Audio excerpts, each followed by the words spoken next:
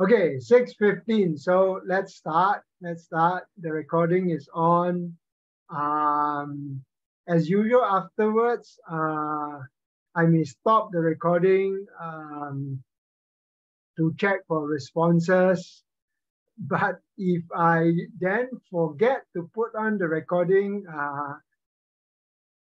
please, someone amongst you all, like Daniel Wang did the last time, reminded me to put it on again, because today quite important to record the things. That's why I kind of set the session today on Zoom. Right, so okay, in the screen in front of you, this is basically our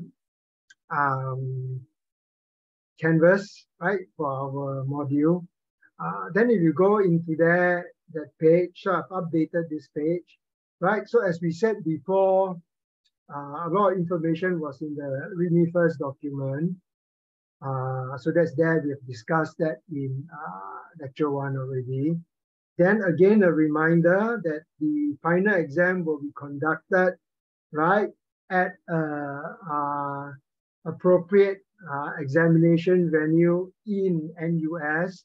The information will be uploaded nearer the time. So it's in person, in an examination venue, in person, face-to-face. So remember, this is an important condition now for our modules because it's no longer COVID time already. Okay, so this is normal time already. Okay, that's the first thing. Then remember, as we had previously said in the README first document, for the exam, the examination grade will contribute 30%. 5104 and 6104 examination will be different. So everyone can put your mind to rest, you know, that you are not particularly 5104 people, you're not fighting with the 6104 people, right? So the 6104 people, of course, you are not so much fighting lah, competing with each other, right? So the examination papers are different. Of course, 6104 examination paper will be more advanced lah. Then at this time, to inform you straight ahead, the examination will be closed book. All right, will be closed book. Though in the normal way that we operate, which is usual, all right, before there was ever a pandemic. So closed book, each student allowed to bring in one A4 sheet double-sided. All right, one A4 sheet double-sided. You can put in whatever notes that you want to write in there, print in there, right? Write however small, print however small, bring a magnifying glass, no problem. Right, so one A4 sheet double-sided, and be reminded there is one A4 sheet double-sided, okay? Please don't try to bring in two A4 sheets single-sided because at the beginning of an examination, there will be an administrator down there. Okay, the administrator will also check. If the administrator sees that you have two A4 sheets, the administrator will request that you destroy one, and it doesn't matter that, you know, your A4 sheet is only single-sided. Okay, so it has to be one A4 sheet double-sided. And that's fair because, you know, for the students who bring in one A4 sheet double-sided, they still have to flip and flip. Whereas, you know, if you have two sheets, even though single-sided side by side, that's different, right? Okay, so remember it has to be like that and keep that in mind. Okay, keep that in mind. Then finally, just to update that I've assigned to my GAs also that they should be present for GA consultation additionally for tomorrow Saturday, so they will also be in the lab. Jiahui and Haoren. Okay, so as I said, you all are entitled because this is their official duty. So you can turn up in the lab.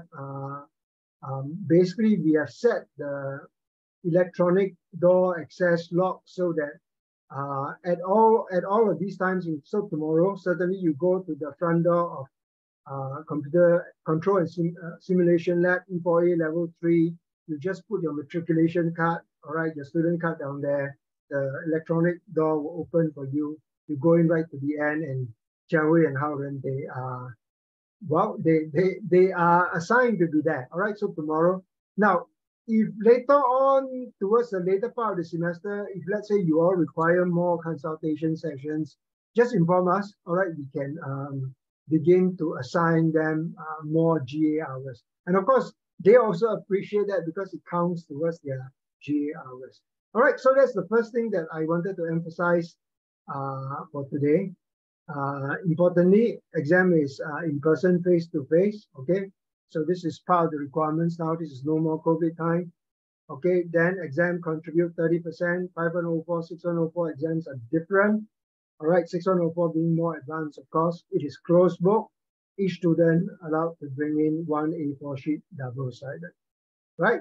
Okay, then also, this is what I have sent to you all in the announcement. So this is today's class, right? This is today's class. And as I mentioned, specifically for today's class, of course, I will go on to the last parts of my material, but essentially, you know, I'll point you forwards as well.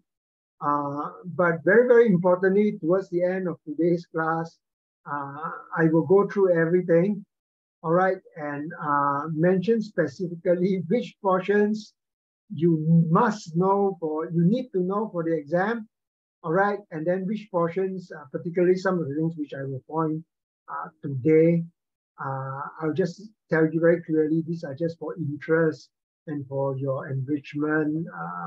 And then, you know, for 6104 people, particularly in previous years, right? Some of these things which are just for interest, but the key ideas are there. And some students, including my own PhD students, have used some of these material of interest for enrichment. They've gone on, used it in their PhD to get very interesting new research results. Okay, so towards the end of the class today, I will specifically go through everything again and point very clearly which ones are specifically for exam and which ones are not. Right? Okay, so that is why I also wanted to make today's class via Zoom so that it's recorded. And then if you cannot remember somewhere later into the semester which parts are for exam, okay, you can go ahead and play this Zoom record. Right, and then finally to remind you again, right, so remember last week was recess week. Then before that, the week before recess week, Prof. O had started his classes with you all. So, right, so last week was recess week. Before recess week, Prof. O took the class. Today's class taken by me. Then after today, all the classes will be taken by Prof. O. All right, and as I would imagine, he would have already told you, he prefers all his classes to be in the classroom. All right, so note that if he has any updates, he will email by announcement or post it. Then of course, all classes as usual starts at 6:15 because there are some of you who are working, all right, and 6:15 is much more manageable. All right, so with that, as usual, let's now proceed with me doing my classes the usual way. First of all, to review and recap. All right, review and recap the material from the immediate last class. So my immediate last class, which was my lecture number 5, remember what I said? I said, look, you know, even though the way we developed the material, all right, so we targeted it very, very clearly at adaptive control problems. So that the whole thing, you know, it's very clear what we're trying to do. But as I said, you know, even though we say we targeted an adaptive control problem and develop structures for adaptive control of specific cases, but in reality, adaptive systems is much more than, you know, some specific control method, right? Because the whole idea of adaptive systems is that, look, you know, is basically, all right, a further study, as I said, into more advanced ideas in signals and systems. All right, because basically, even though we said, okay, a particular situation, we solve this adaptive control problem, another situation, we solve another adaptive control problem. But as I said, once you look at what we are doing, basically now, all right, in the process, we have now seen very clearly the very specific types of signals and systems that will contribute to adaptation and contribute to adaptation in ways for which there are very, very powerful properties of stability in the entire state space, all right, and then also convergence of some of the signals that we are interested in.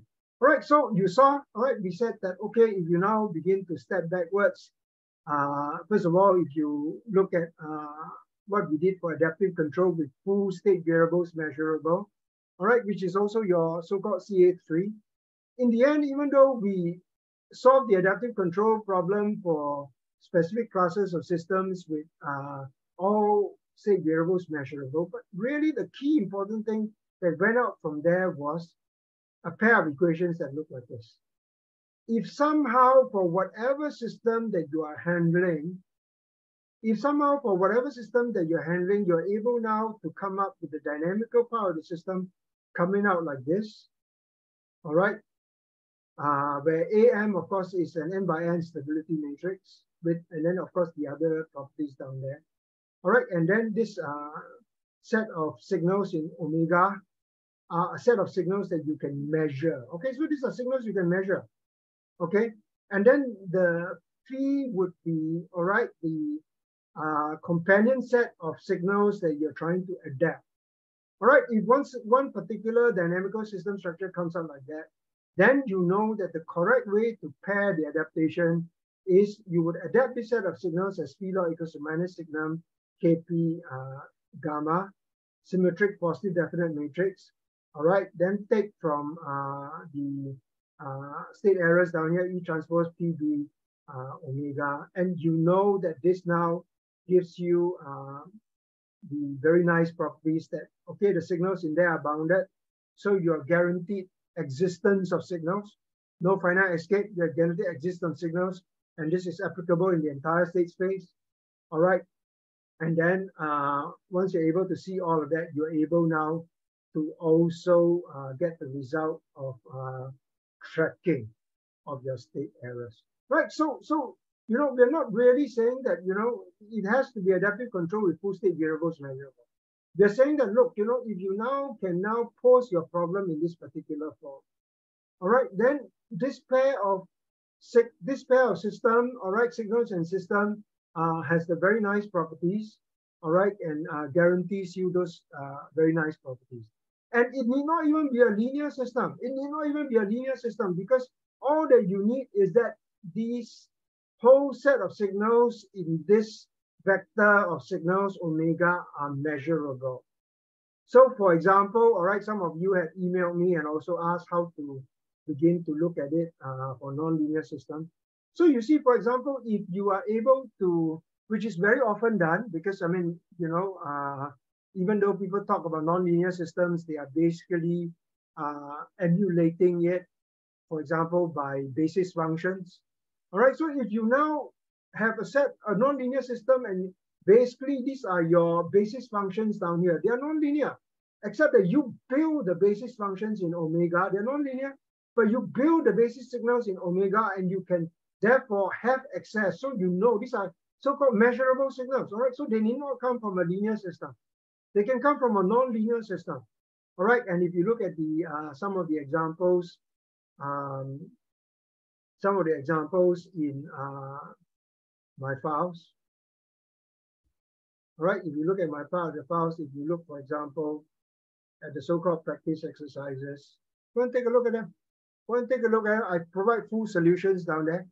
All right, you take a look at them and you will see that actually, in the end, what's happening is that is exactly this pair of signals and systems that is being used to do adaptation, even though, all right, the examples in here are of nonlinear systems. All right, so as I said, adaptation, you know, basically is about now bringing up signals and system for which we are very confident of very, very nice properties. All right. And something like this, okay, certainly is applicable. Okay, and I will mention more. So this is the first thing we've seen. Okay, then remember we solved the specific case of adaptive control where only input and output are measurable. Right, and it makes sense because, you know, even in your 5101 module, in my own undergraduate 4302 module, right, when you talk about state variables, you all say, okay, how to do state feedback when all state variables are measurable. Then after that, you say, okay. You know, what happens if I don't have all the state variables measurable? I only have input, output measurable. Can I still do the control? Of course, it becomes more difficult for adaptive control, but it was still possible. All right, it was still possible. It was still possible. And then for that special class of systems, for which you know is relative degree 1 particularly, and you can bring in ideas of strict positive realness, you go and check. Basically, what happens is that, okay, the aerodynamical system that comes out is like this. All right, again, it's a vector, a whole vector of signals that you can compose. So in our case, it was just the 2n dimensional state vector, which we generated, taking one set of signals from y, put into the 1/t state filter, then taking the signals from u, putting in another 1/t state filter, generate a 2n signal. So you have the signals, and then there are 2n parameters you are trying to adapt, and it comes out like that. And if you check carefully, basically the equation says that this is passing through a strictly positive rail operator. All right, and then you know that the way to pair it would be, if this is strictly positive rail operator, you pair it in this way. And again, you get that stability in the entire state space. All right, solutions, there is existence of solutions, and you also get the tracking error equals to 0. Right, and as I said, again, this is not restricted to the fact that it's only applicable to control of systems with only input-output measurable. If let's say, again, you are looking at a non-linear system, and then you're composing this whole vector of signals which you have, and composing it by basis functions to emulate your non-linear function. If let's say finally your system turned out to be like that, this pair of signals and systems and their properties are still applicable. Still applicable, okay? Then remember I said, okay, even though we work very hard using strict positive realness, I said, actually, you know, in our very first lecture, all right, you go and look back at it, all right, even though we wanted to very, very clearly see how the signals are behaving, and that's why we did it in very careful detail. But really, you know, what we did in lecture 1 is really a special case of this particular situation. So again, you can go and compare. All right. So there's a lot of interesting material in there. That's the first thing. All right. Okay. And then so this is the second pair of signals and systems with very good properties that we saw.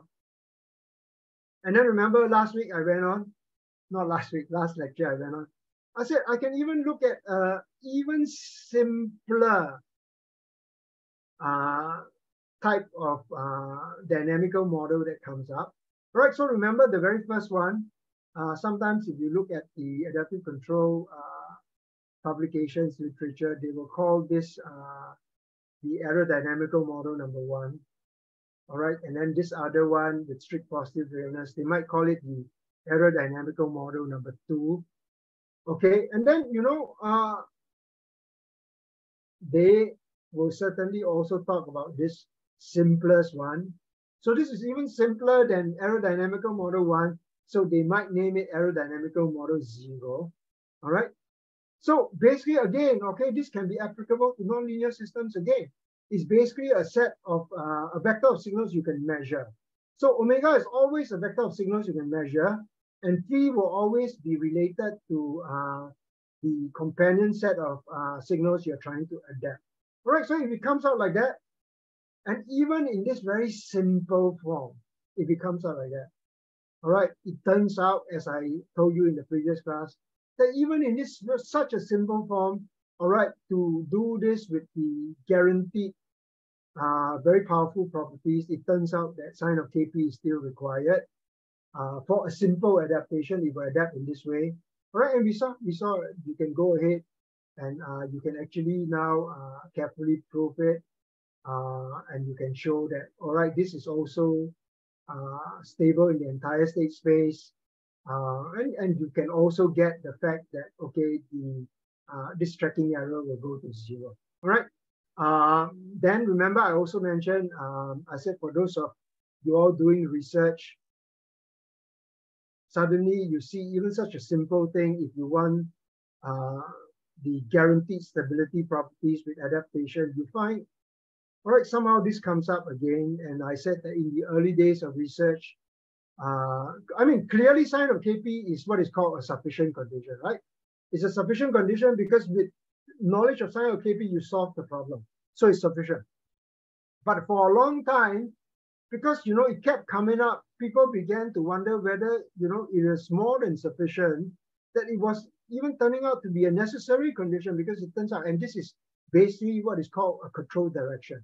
Because in the multi-input, multi-output case, this generalizes to a matrix, all right? And you will need to know the direction of the matrix, right? So it will be a control direction matrix. Here is just a control direction signal or sign, right? So for a long time, people wondered whether this was actually a necessary condition, but it turns out it's not, because there's a way to get around it, and it required almost an entire PhD thesis, right? So what happens is that basically you're now putting in a specialized class of signals called Nussbaum gain type of signals. And to get around this, what you need to do is Nussbaum gain signals. What it does is that, okay, now there's only a positive direction and a negative direction, all right, for this simple case. Then what you do is you just have to search in both directions, but it's not as simple as that. All right, as you search, you need to search faster and faster, and you need to search further and further. So it is you know, it is unusual. Okay, mathematically very beautiful. Okay, mathematically very beautiful, solves the problem. All right, though if let's say you are really going to use it for your projects in your line of work, even though the Nussbaum gain eliminates the need for knowledge of sign of Kp, you probably wouldn't want to use it, because mathematically it's beautiful, but performance-wise it's horrible. Because you can well imagine, I mean, as it searches, first of all, it has to go into the wrong direction, and it has to go to very far in the wrong direction. And meantime, until it settles, the performance is horrible, right? So mathematically it's very beautiful, but performance is horrible. So this is for the direct, okay, when it's just a number. When it's a control direction matrix, then basically you have to generate your search, and the search has to do the same thing in that entire n space. All right, and it has to search pretty much, keep on searching until it locks onto the correct direction, and have to do it smoothly. So the only way to do it is that basically you have to invoke ideas from differential geometry, right? Building the underlying signals based upon a signal on a torus, because only on a torus can you continue forever, all right, without violating the fact that signals cross each other. So very beautiful for research. But never mind. As I said, even here you see this coming up. So we saw that solves it. All right, that solves it. Okay, I mean, it's simple. It solves it. But I said, what is nice, on the other hand, about this very simple one, even though the same kind of ideas are already there in aerodynamical model 1, aerodynamical model 2, but this one makes it very, very clear. So if you analyze this, all right, in the usual way by Lyapunov and Ligate functions, you see, okay, same thing. Same thing, all right, you get that stability in the entire state space, then you get the square integrable signal, and then you check all your signals. Indeed, E1 will tend to 0. Indeed, E1 will tend to 0. And because this is such a simple system, so you see E1 tending to 0, all right, your tracking error tending to 0. And yet, even in this very, very simplest case, via Lyapunov type of analysis, even though you can guarantee that your tracking error will go to 0, if you now try to say anything more about the parameter errors, you cannot say anything more. Because all you're guaranteed out of this and out of the adaptation is that your tracking error is going to 0, which is slightly what you wanted. But if you wanted more, you cannot say anything more, even in this simple system. All right, but in this simple system, you can see a bit further easily. All right, if you now then begin to bring in ideas of what is called, which is why I'm bringing up down here, I say if you now also want the adaptation errors to go to 0, then you need to bring in ideas of persistency of excitation of the signals. And persistency excitation of the signals, as I said in my previous class, is not like what a lot of people, even though they are writing research papers, they're talking nonsense. You tell me your signal is persistently exciting, it's not just because you're making your signal jumping. That's not enough. All right, basically, all right, for a structure like this, if let's say you now have a set of n1 signals in omega, let's say dimension of omega is n1. All right, then if you claim that your signals are persistently exciting, you need to search for me in your entire n1 space of your signals. And you need to guarantee me that whenever I put a unit vector, and I can put a unit vector anywhere in your n1 direction, because I'm free to choose. All right, and what you must guarantee me, if you claim that it is persistently exciting, you must guarantee me that no matter what n1 unit vector that I put, all right, and when I check on your set of signals, all right, of dimension n1 that you are using, if I check the projection onto any unit vector that I choose, you must be able to show me that your set of signals, all right, that there exists a particular period of time. You must tell me there exists this particular period of time so that whenever I search, all right, starting from any point, if I wait that delta period and I look for that projection must be of a certain minimum amount. All right, it must exist. And only then can you claim to me that your signals are persistently exciting in this particular context. All right, and if indeed it is persistently exciting, answering to that definition there, then indeed, in addition, I can also guarantee you that your adaptation errors will also go to 0. Okay, as I said, it's easiest to see in this error dynamical model 0, because, okay, straight away you can see just using Lyapunov analysis,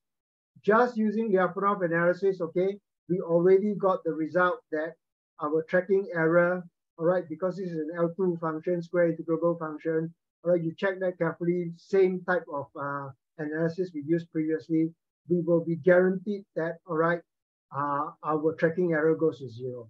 But you check this carefully. Just because E1 goes to 0, if you didn't have persistency of excitation, just because E1 goes to 0 doesn't mean that P is going to 0. Because if your signals are not persistently exciting, if somehow I can find a hyperplane for which your signal, is staying in there with no projection in that perpendicular direction, all right, and your signals are staying this hyperplane in that sub-hyperplane of your n1 dimension, and your signals are staying in this hyperplane and you have no projection in the normal vector that I chose, then all that would happen is that, okay, your parameter error will now align itself and non-zero is non-zero. Your parameter errors will align itself into that normal vector. It will be aligning itself to the normal vector and they're all non-zero, even though your signals are jumping about in this hyperplane. Because, they're staying in the normal vector. When you take your signals which are staying in this hyperplane and you take the transpose, it's 0. is 0 because you don't have a projection down there. So it's easiest to see in this error model 0. That's why specifically I bring it up. And very specifically, then you can see the implications of what it means to say persistency of excitation of set. All right, and as I said last week, I said, you know, even though all these are very, very simple structures, aerodynamical model 1, right? So basically, you know, even though we develop focus on adaptive control, but really the whole idea here is to see what kind of signals and system gives us this kind of property. So aerodynamical model 1, aerodynamical model 2, aerodynamical model 0. All right, and as I said, even though these are simple structures, all right, particularly for 6104 people, if you are doing research, all right, you will see that, okay, these days, a lot of the developments in adaptive control basically go on to say, okay, you cannot solve that adaptation problem at the first step. What you do is you break it into another step. So you begin to do one backstepping upon another. But you examine carefully, you know, even though, okay, there's innovation in there in separating it into steps. All right, but basically each step, they're using, all right, ideas from a dynamical model like this, all right, or strict positive realness, all right, or even error model 0. So basically breaking it into stages, but at each stage, all right, guaranteeing the uniform stability in that stage over the entire state space, and then compiling the things together. So you know, even today, all right, the research in adaptive control is based on that. All right, which now brings me to what we had already done. All right, so if you recall, okay, let's go right to the end. So remember, we had looked at adaptive control, which is your CA1. Your CA1 both for 5104 and 6104. Remember CA1? I said, look, you know, I just want to focus on the key ideas in here, so I didn't want to make it too complicated. Right, so I said, look at relative degree 1. You look at the system. You have done your CA1, the 1 over T filter. All right, and then you generated that set of n signals with input y, n signals with input u, and then of course the reference signal. So 2n plus 1 signals down here. And this was your adaptive law, and then you made that adaptation, and then of course you saw, right? You saw that basically the stability properties for this were based on strict positive realness, right? We saw that. We did that very carefully in lecture number 4, right? Okay, so and we have done that, and we have done that, and that would be for adaptive control with just input-output measurable, but relative degree 1, right? Then remember, I said, on the other hand, okay, it doesn't stop there, because if relative degree is not 1, propositions 1 and 2, remember propositions 1 and 2, okay, afterwards I go back and after the break I will do a revision recap on this. So even if relative degree is not 1, proposition 1 and 2 are still correct. The control law is still correct. Your only problem now is that, okay, the reference model operator is no longer strictly positive real. Okay, so what you have to do is you have to do a lot of additional signal processing, which is equivalent to that backstepping. So if it is relative degree more than 1 and you no longer have strict positive realness, all right, what you have to do is, system is still the same. Control law is still exactly the same. Why? Because propositions 1 and 2 are still correct. And adaptive law is built on propositions 1 and 2. So control law is built on propositions 1 and 2. So no change in the control law. Okay, adaptation law, you now have a problem because the reference model is no longer strictly positive real. You have to build in a lot of backstepping steps. So these are the additional signal processing you have to do. All right, and in previous years, I made the 6104 people suffer by doing all this additional signal processing. But after I thought about, I mean, there's no need lah. There's no need. I mean, all that happens here is just very complicated signal processing, but you don't really learn any more new ideas from here. So that's why you see in our module 6104 people is also 6104 people were also looking at relative degree 1, except I want you to explore carefully the things in there as I told you, right? I asked you to do additional things, and it's not just the additional things as I said in my last lecture class. I said 6104 people, don't think of it that I'm just getting you to do additional things. These additional things are intended to ask you to tell me what's happening. All right, so this is my expectation of 6104, that you don't just do the things and get beautiful results. I want you to tell me what's happening, okay? Okay, I said that already. So, okay, so for this, not difficult, you just do all this additional signal processing, all right? And if you want to prove stability is there. So as a first stage, it turns out that to prove stability for relative degree greater than 1, as a first step, what you need to do is you need to bring in,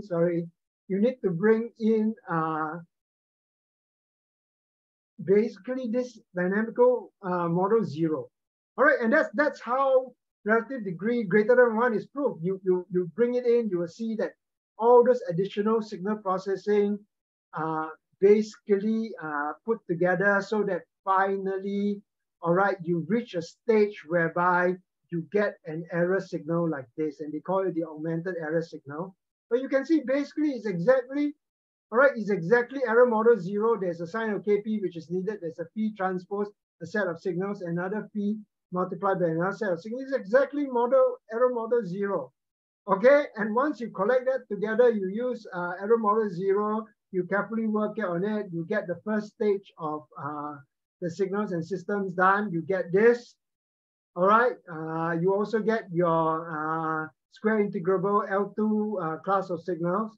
Okay, but then you cannot stop there because it's not as straightforward as the earlier cases. You have to go on now to look at the second stage, whereby you need to look at the whole space of signals, basically looking at them, whether they are essentially signals of the same class, evolving at the same type of magnitude, or signals which are distinctly of a different class.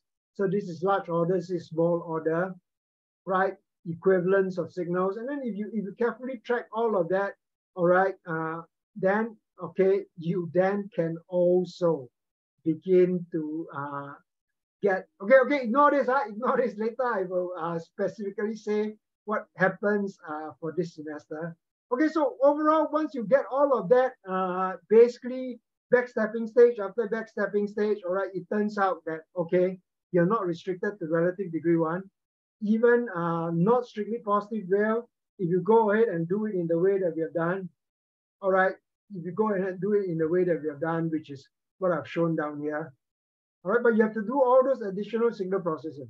All right, so control law is the same, but here adaptive law is much more complicated, and if you do additional signal processing, all right, and once you've done the additional signal processing and adapting in this particular way, you also get that same result, which is what I showed you just very, very quickly, all right, of stability in the entire state space, all right, and also tracking error going to 0, which is what you want for your adaptive control. Okay, let me push ahead more. So up to this part, as you can see, and as some of you emailed me, talking about adaptive control, comparing with other controllers. So basically up to this stage, all right, adaptive control, even for non-strictly positive real case, we can get guaranteed, all right, we can get guaranteed uniform stability in the entire state space, guaranteed existence of signals, and guaranteed tracking convergence of the tracking error to 0. Okay, so all these results are very, very powerful. Okay, so this would be true all the way up to here. All right, all the way up to here. Okay, and as you saw for relative degree greater than 1, not strictly positive, this is still true. Okay, then we can proceed further because some of you were saying, Prof, what about linear quadratic controllers and things like that? Okay. Here, which is why, which is the reason exactly why I wanted to do lecture class number 5. Right? As I said, don't be stuck to think that all we are doing is what we have done: adaptive control with full state variable measurable, adaptive control with input output measurable. Of course, for this we got very powerful and very complete theoretical results. Okay, but as I said, don't be stuck. Okay, because the whole idea really is to now begin to identify classes of signals and systems with good properties that you can use for adaptation. Right? So error model, dynamical model number 1, number 2, and even the simplest one, so-called 0. All right, and then once you understand this, okay, and if let's say, all right, in wherever you are working, wherever you are working on, maybe even in some of your projects, all right, even in some of your projects, and then your supervisor said, look, I don't need that powerful stability, nonlinear stability results, because look, the stability results, okay, the controllers, the systems that we're trying to control, for which we got the results, were linear systems. Linear state variable system, linear input output system. All right, but the stability results are not linear results. All right, they are complete and full theoretical nonlinear stability results. Okay, if let's say whatever project you're doing, or even whatever research you're doing, because some research is like that. All right, and then your boss or your supervisor, no, I don't need all this so powerful nonlinear stability result. Okay. So basically what we have is boundedness of our signals, convergence of the tracking error, right? But of course it's usually very difficult. If let's say, okay, in whatever project that you're doing, your boss said, no, I don't need all of that, then life becomes much easier. Life becomes much easier, and that leads me to this next set of lectures, which I'll very quickly point to. So here, as I said, again, I write out this linear system, but it need not be a linear system, okay? It can be a different kind of system, but the most important thing, I'll show you later on what is the most important. But never mind, let's start with this nonlinear. Let's start with this linear system first. And again, it's of this form, except now I don't even bother to pull up the leading gain. I don't need this to be monic now. So for example, all right, if let's say your boss or in your project or your supervisor in your project say, no, I don't need all these kind of very powerful, mathematically rigorous stability result. All right, if this is not needed, then all right, a very simple way forward is whatever system that you have. So here I take this example of a simple linear system that you're familiar. All right, if you don't need all these powerful results, then a very simple way is to say, look, can I build together a very powerful estimator so that I can estimate the numbers A1 to AN, and I can estimate the numbers B0, B1 to BM? Because, here, if I can find a very powerful estimator to estimate these numbers A1 to AN, B0, B1 to BM, if I can estimate them, then it's a situation that I have a very good estimator for the parameters of the system. And that's very often what is used in a lot of actual deployment, even in some simpler research projects. So as I said, the most important thing is whatever system that you have and you're trying to estimate the parameter, most important thing is to find a way to convert what you want to do into a so-called linear in the parameter structure. All right, if you go back to what I said earlier in this. So as I said, the signals here may be nonlinear, but how the parameter is coming in a linear in the parameter way. So that is always the key. All right, so similarly here, again, the signals themselves may be nonlinear, but the parameters are coming in a linear in the parameter way. Similarly over here, the signals themselves may be nonlinear, but the parameters are coming in a non-linear way. And you will see that, for example, that in a lot of research papers, when they do estimation, they are basically using a structure like this. even though they don't truly want to admit it in that way, they write it out in some very complicated fashion. All right, so here, if let's say you give me this, my first task would be find a way to convert it to linear interparameter. And there are many ways. There are many ways. Okay, so now I make an even more conservative way. All right, I said, okay, why don't I build a stable filter of order n+1? Okay, which will be very, very easy.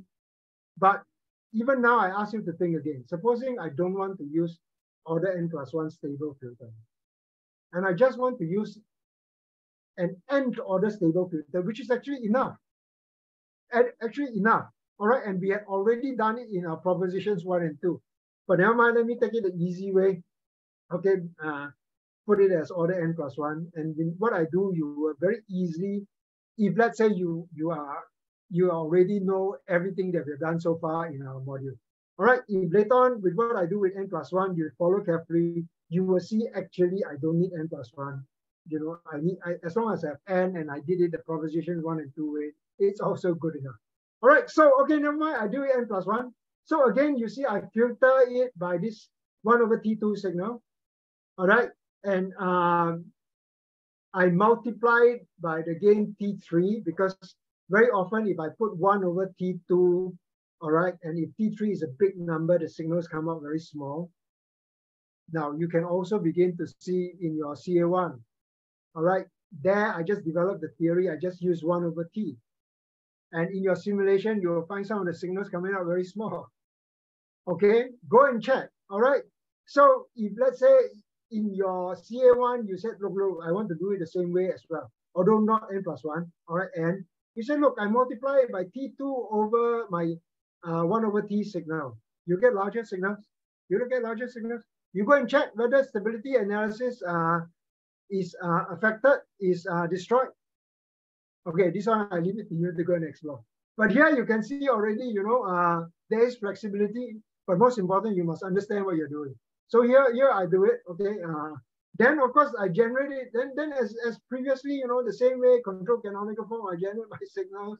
Okay, write it out previously. Then you see I get all my signals. I can rearrange it with -A1, -A2, B0, B1, you know, and this thing is going to be equals to that. So these are signals that I generate here in a linear fashion. But as I said, for non-linear signal systems, you know, if you're able now to rewrite it in this similar form, and of course, right, when you use basis functions, it will come out in this linear interparameter form for your non-linear system. I mean, basically, even though a lot of people talk they are controlling non-linear systems, they're doing nothing more than converting it into a linear interparameter form, right? So you have this.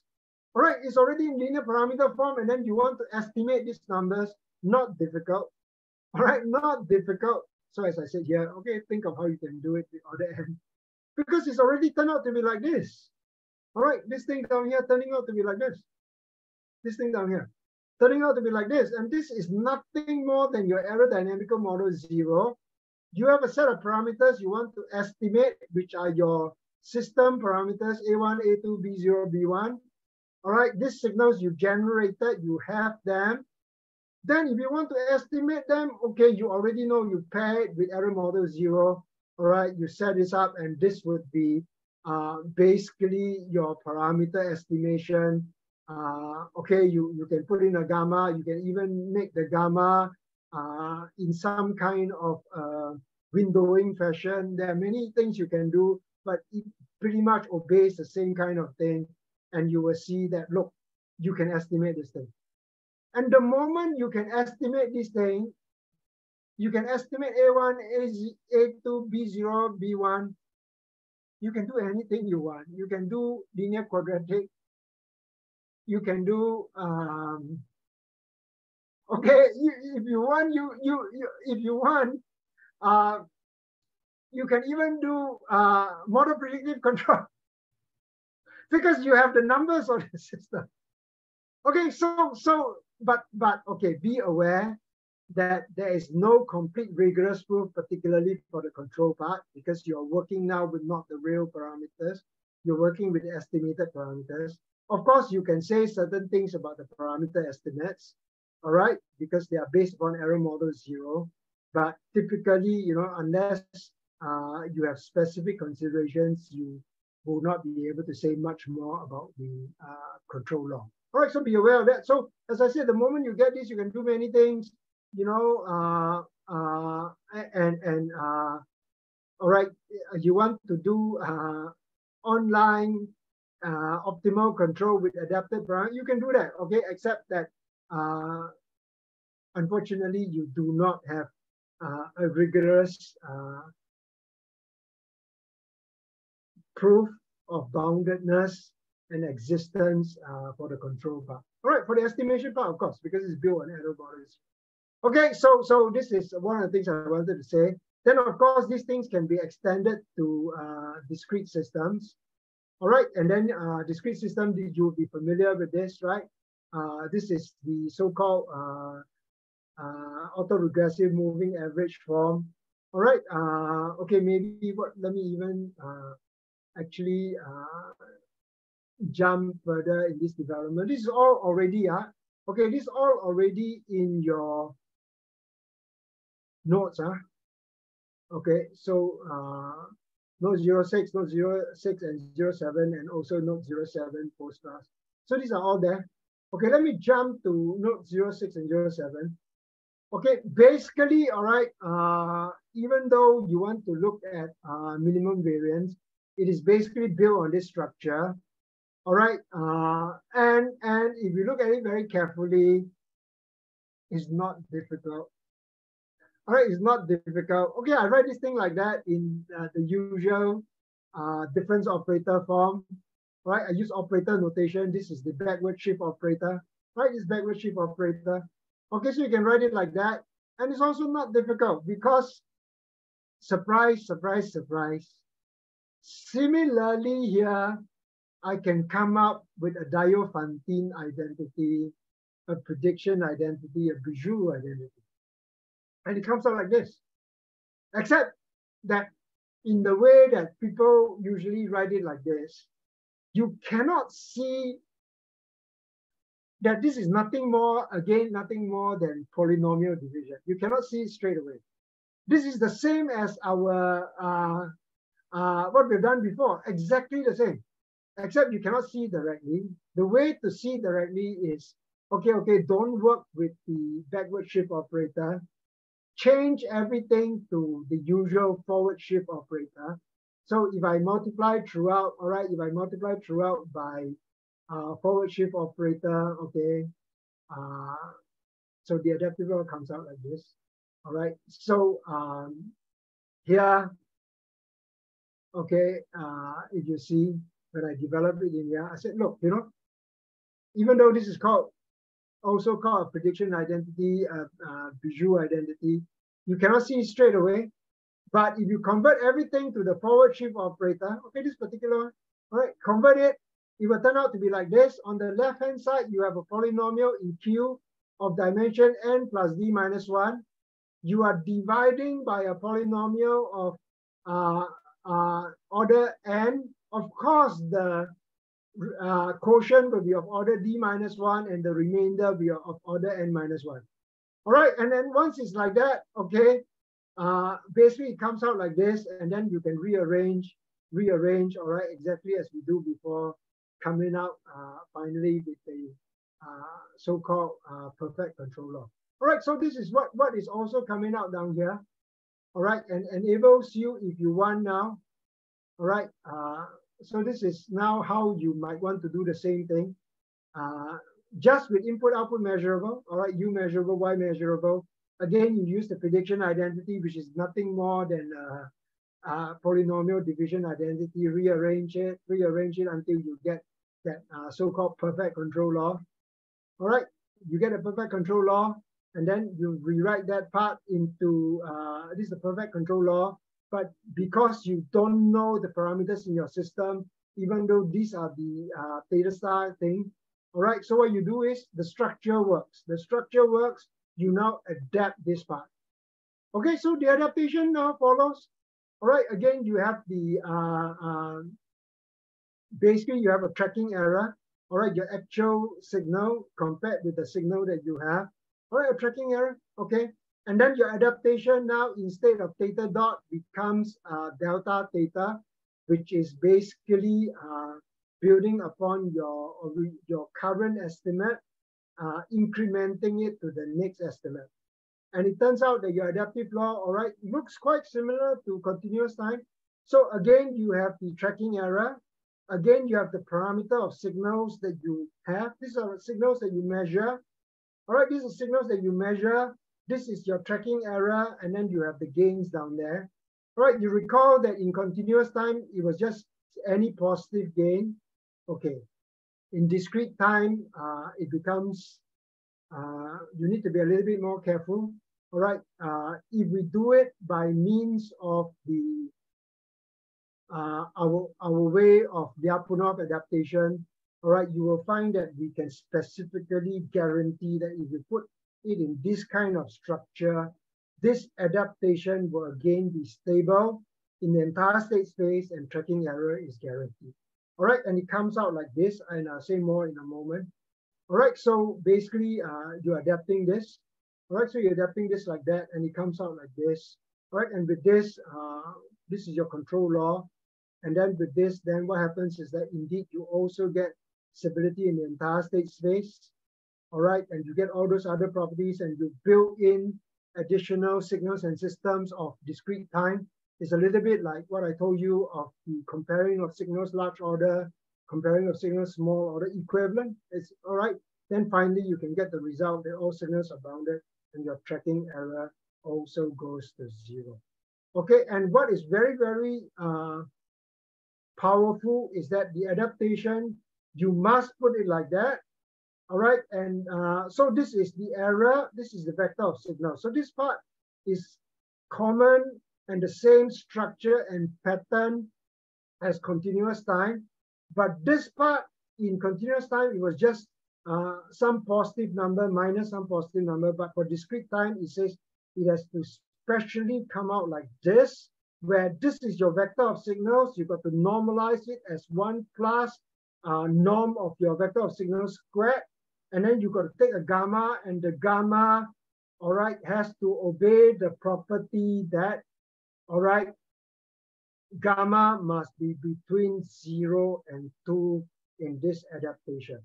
Okay, this will not be unusual for those of you who are doing digital signal processing, maximum likelihood, iterative maximum likelihood, iterative least squares, or whatever, right? You will see that a similar kind of, this is basically gradient climbing.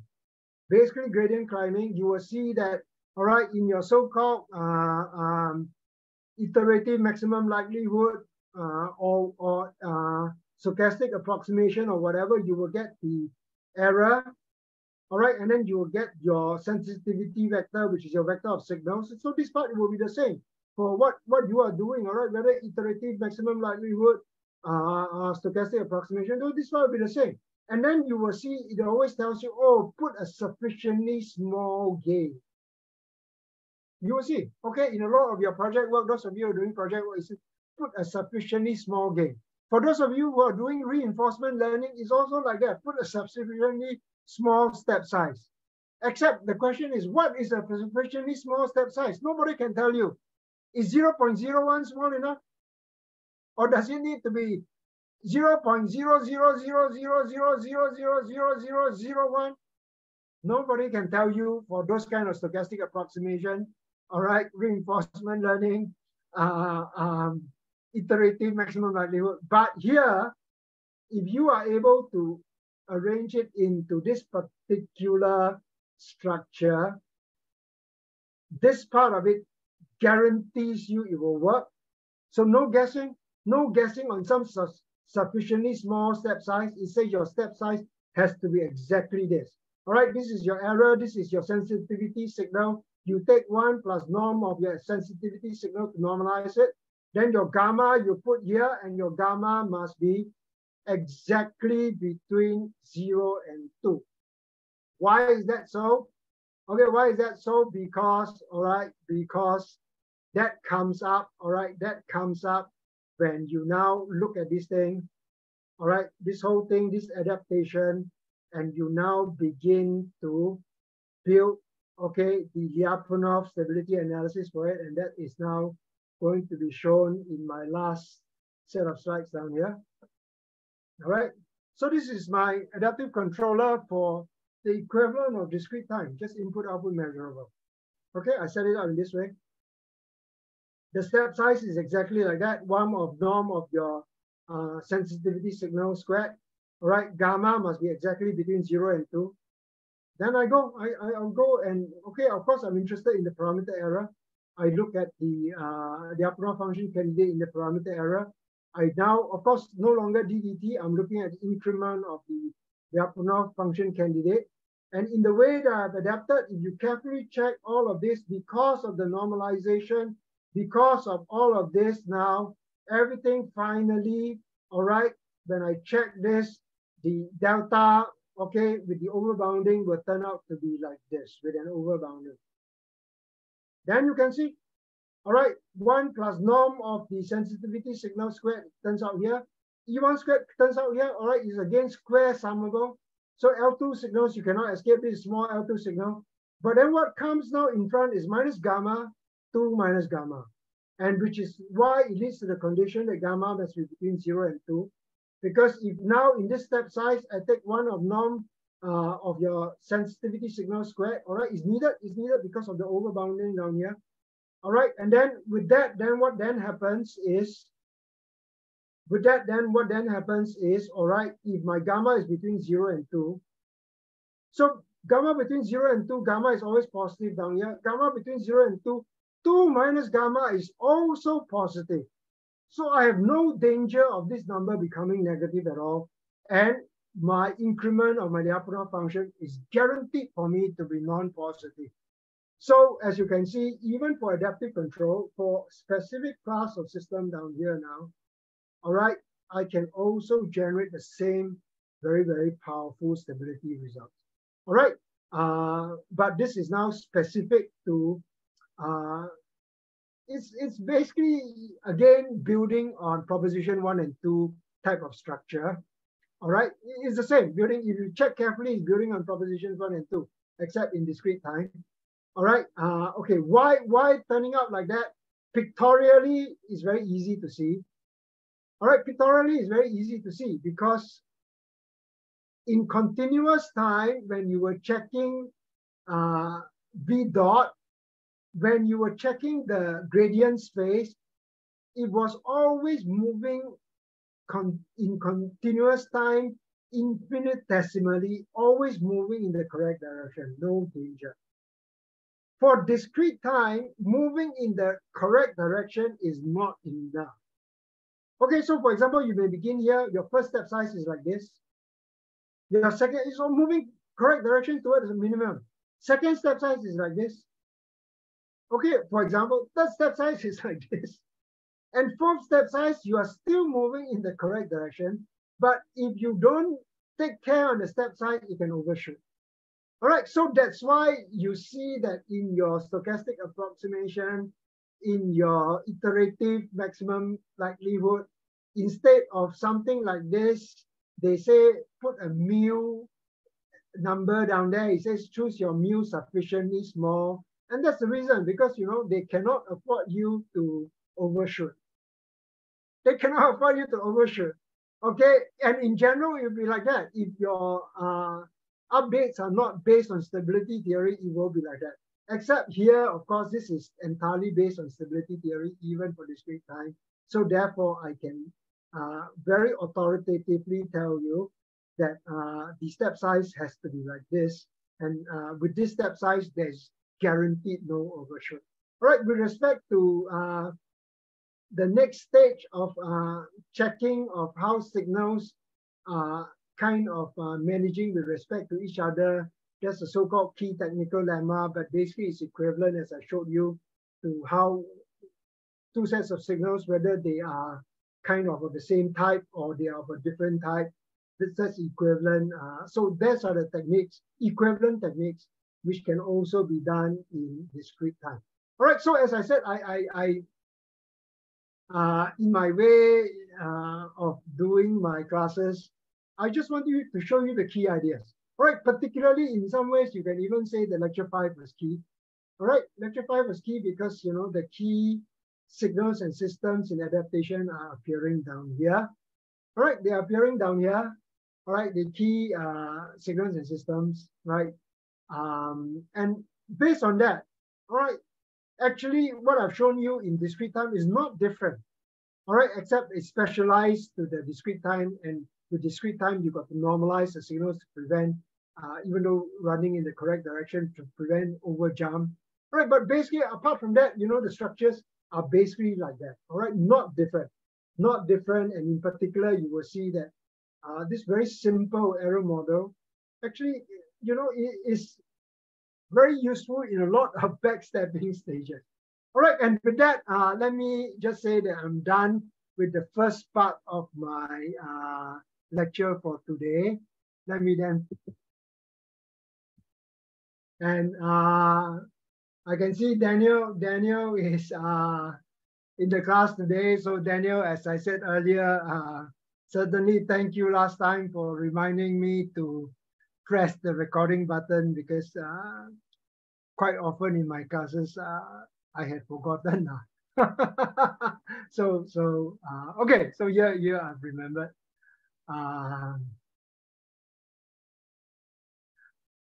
Okay, never mind. Even though it's not exactly 7:30, let's start. So again, to mention again, right? This is our module, the canvas, right? You go there, you look at teaching modes, which I've updated, right? So again, a reminder, right? This is no longer COVID time, all right? So basically normal rules apply. Final exam will be in examination venue in NUS. Nearer that time, the information will be uploaded. So it will be in person, face-to-face in an examination venue. All right, so note this, all right, note this, because department has emphasized that this has to be reminded.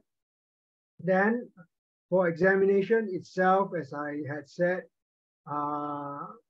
right, the examination grade is 30%. 5104, 6104, different exam papers. 6104 exam, more advanced, of course. Exam is closed book, all right? Closed book, like in pre-pandemic days, closed book. Of course, even at that time, all right, our arrangement has always been closed book. Then each student allowed to bring in one A4 sheet. One A4 sheet, we emphasize it has to be one A4 sheet, double-sided. You can put whatever notes you want, okay? You can print it very, very small. As I said, sometimes I've seen some students print it so small, then they bring magnifying glass. That's fine, that's fine. All right, as long as you follow by the requirement that is one A4 sheet double-sided, okay? Then, as I said at the beginning of class, just to mention again that tomorrow, all right, I've set up an additional session assigning the GAs to be present. All right, so in case you all have whatever matters that you want to address in the module, all right, yeah, just feel free to turn up, all right. Basically in this session, as I said, the way it's done is that we have programmed all of you so that for these time slots, you can just go to the front door, bring up your student card, and the door, electronic door lock will open for you. Right, so a reminder on, first of all, on these things. Then also, again to mention, right, so this is today's class, and I specifically wanted to record it, all right, because as I said, I will be indicating to you all very, very specifically which portions are needed for exam, which portions are just for interest and intellectual enrichment. All right, so then later on, if let's say you cannot remember, you can come back to this Zoom recording, right? Okay, then to mention, so as you recall, Last week was recess week. Before recess week, Prof already started his classes with you all on 17 February. Today's class taken by me. All right, and with that, basically, I complete my section of the material. Then all subsequent lecture classes will be with Prof Ho. His plans at the moment are all for in the classroom.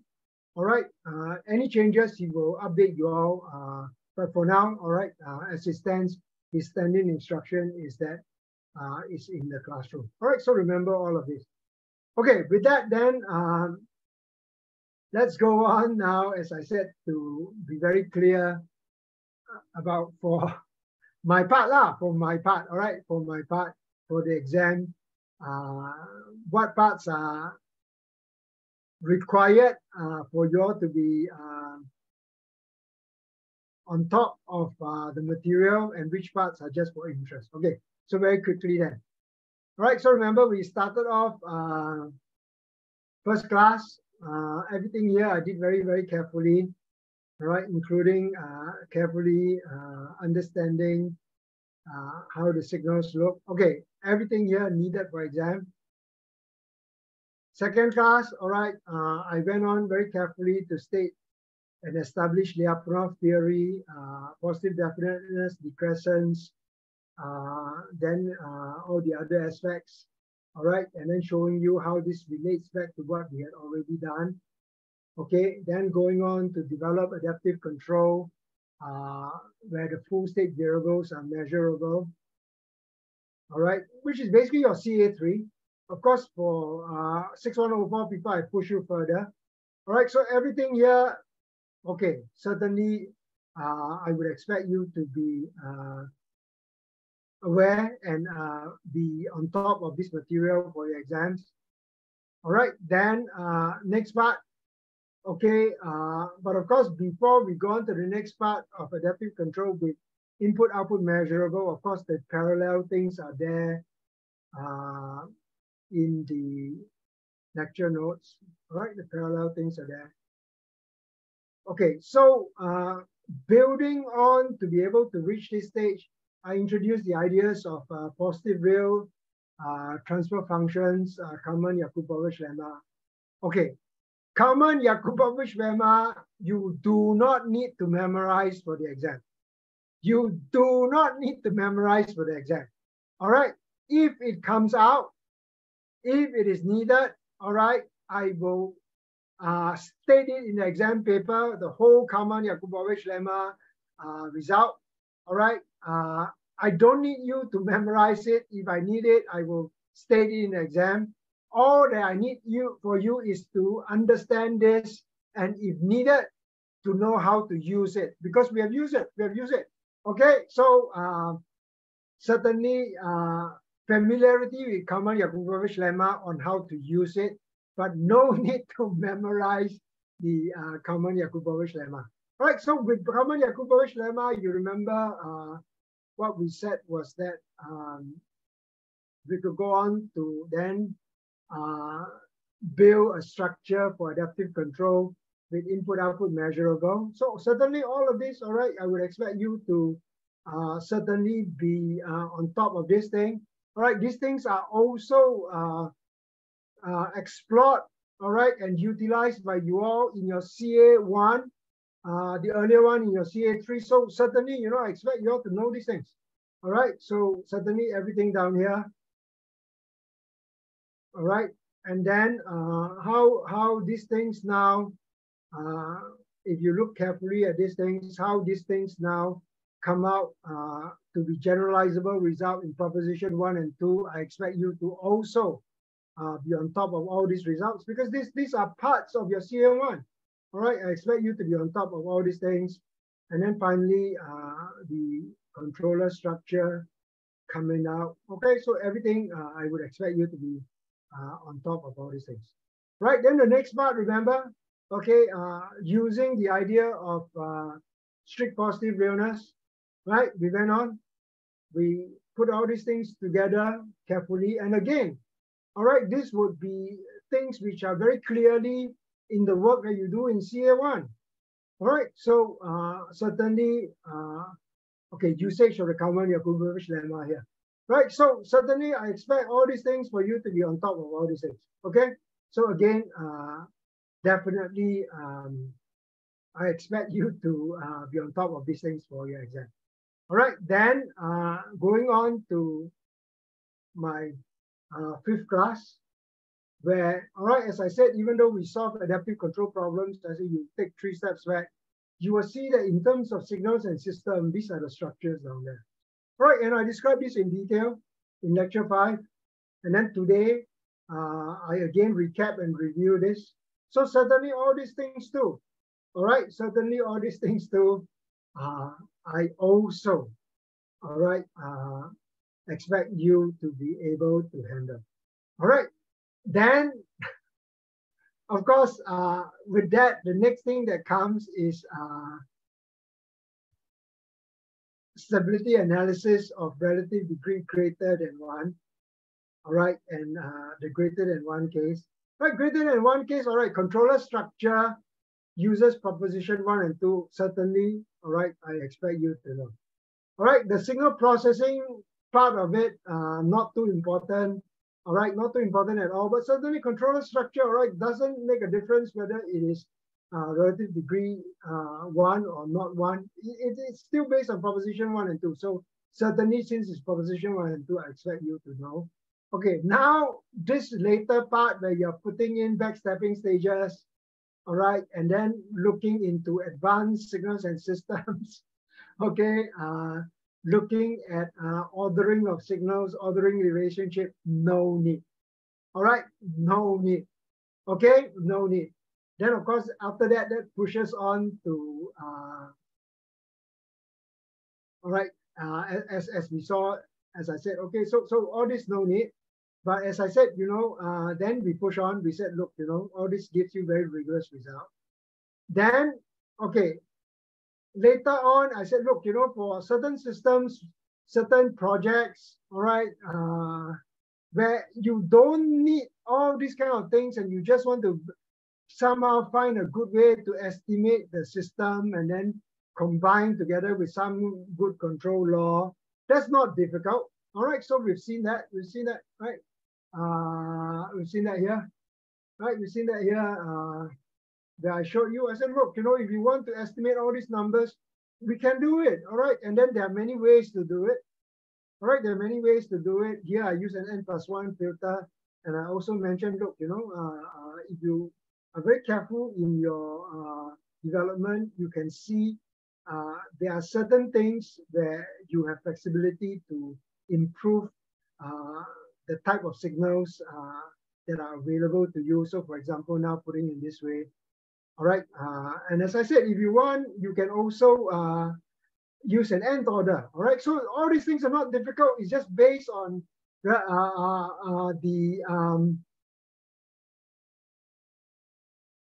it's just based on this particular development of error-brought dynamical model 0, which is the basis for a large class of estimators. So not difficult, all right, straightforward to construct, straightforward to put an estimator, and after that, you can combine with any control law that you need. Okay, so this part certainly not difficult at all. It is built upon everything that we have done and understood. So certainly I expect you to be able to handle this for exams. Okay, then go on to discrete time systems, which I told you not difficult to handle because basically there's also a prediction identity and it is also polynomial division once you recognize this. Okay, though you will be very, very happy to know. Discrete time systems for this semester, not needed for 5104, not needed for 6104, even though I described them in detail, right? I described them in detail also in this part. And finally, even showed you the stability analysis in this part. But I just wanted to do this to show you that these things are not difficult. Because building upon what we have done so far, these things are in some ways almost direct extensions. All right. And okay, if let's say, you know, in your work or whatever, you want to use a discrete time adaptive controller, certainly you straight away can come here and use it. All right. And for those of you, the 6104 people, you want to do research, you can see, all right, it's not difficult. This is basically built on top of everything that we have done, except extended to discrete time. And because extended to discrete time, you have to be very careful on the step size. All right, so you certainly in your research, you would encounter these kind of things. So I feel it's useful for you to learn, but never mind. I still completely say that, all right, it ends at building simple estimators and combining them. And for those parts on discrete time system, not needed for exam at all. Okay, with that, I'm completely done. I can also now completely stop my recording.